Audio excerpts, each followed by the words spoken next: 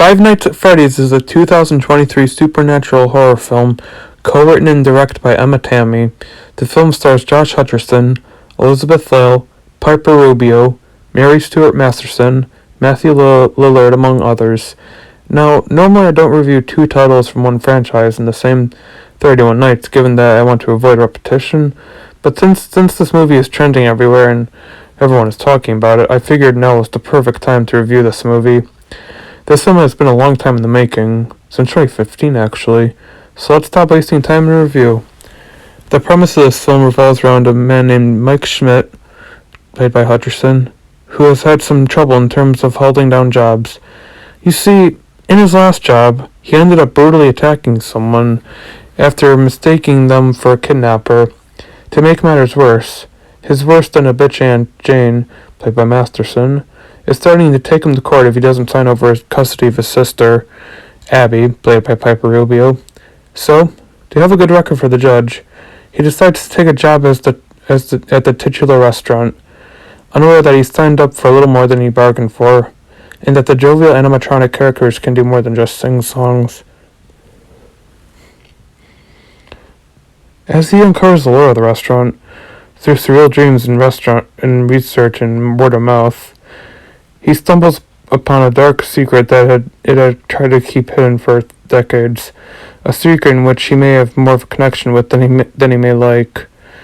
If you're familiar with any of the Five Nights at Freddy games and their stories, then a lot of what you see in this film should already be familiar to you. Having said that, I was still very invested in the story. The fact that a lot of the things surrounding the restaurant was kept under wraps was a good way to keep the audience wondering as to what exactly is happening at this place and what exactly is in store for our security guard. Especially since, aside from the beginning, we don't really see much of activity from the animatronics. In fact, the first night they didn't really do anything at all. But that actually ended up helping the pacing as opposed to harming it, since it helps establish the animatronics in such a menacing way and definitely does a great number on the tension. Even when they're just standing there and doing nothing, there's still an unnerving aura to them, since it's more than established just what they're capable of. And while the scene they are building a fort, where they are building a fort for Abby, might have seemed silly, I do think it helped to establish the animatronics more as characters, and also helped to segue into their yandere status toward Abby, given how attached they become to her. Speaking of which, that's another thing this movie did a good job of, which was the character development.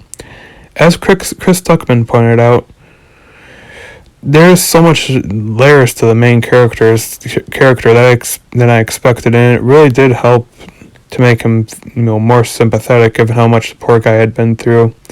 Not to spoil anything, but he did witness his brother getting kidnapped as a child. So, a lot of his actions, especially when he beat up what he thought was a kidnapper, are very understandable. Hell, even the animatronics themselves were very fleshed out. You could probably even have an entire movie surrounding them simply because of how much went into their backstory. I give Promise a B+. While it might have felt slow in some areas, I really don't think that it was detrimental to the film at all. Next is acting, and it was pretty good.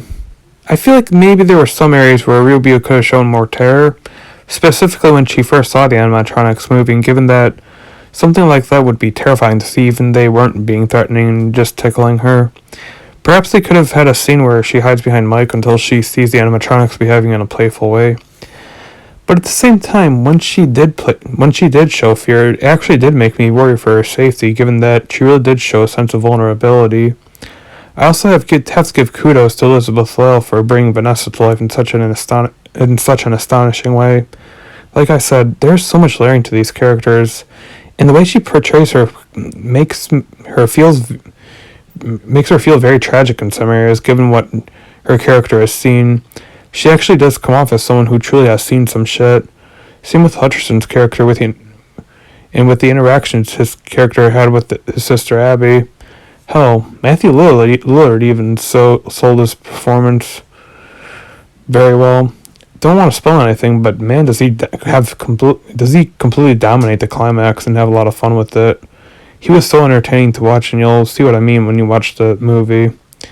Everyone definitely contributed so greatly to their roles and helped to bring this film to life in such a fabulous way. I give acting an A-. I was fairly impressed with it. Finally, directing.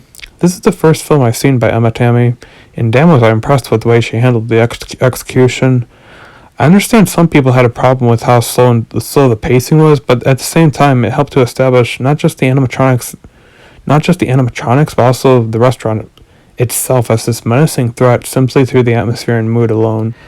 Actually, as fucking terrifying as the movie was, try looking at Blair Witch Project and tell me it has good pacing, because characters in that movie spend a pretty hot minute bitching about that damn map.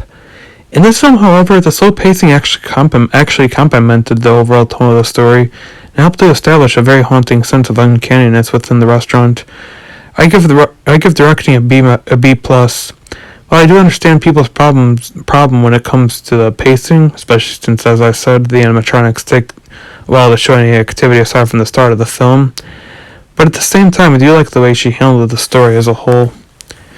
Overall, Five Nights at Freddy's is going to have very mixed reviews, and I can definitely understand that. Especially since there are a lot of nods and Easter eggs scattered throughout that obviously will not be familiar to people who haven't played the game. It might be kind of off to them. At the same time, I truly do think it did justice to the game and stayed very faithful and respectful to the fan base of the game, which I feel that this movie is truly dedicated to, given how long we've truly waited for this film. Approximately 8 years from my calculations, and I do feel like this was definitely worth the wait. I give Five Nights at Freddy's a B+. It was definitely the most thrilling, yet most fun I've had with a horror film in a while. There were scenes where I literally cringed because of the dangers these characters get themselves into, and just what exactly was in store for them if they didn't get out. And the layers that went into the characters as well as the backstory of the restaurant overall definitely gave the film a more lively feel. Also, I hope whoever chose to play the Living Tombstone song as the end credits score got paid in upwards of at least $1,000, because they know just how iconic that song truly is within the fandom. Anyway, thank you for watching, and don't forget to like and sub for more content.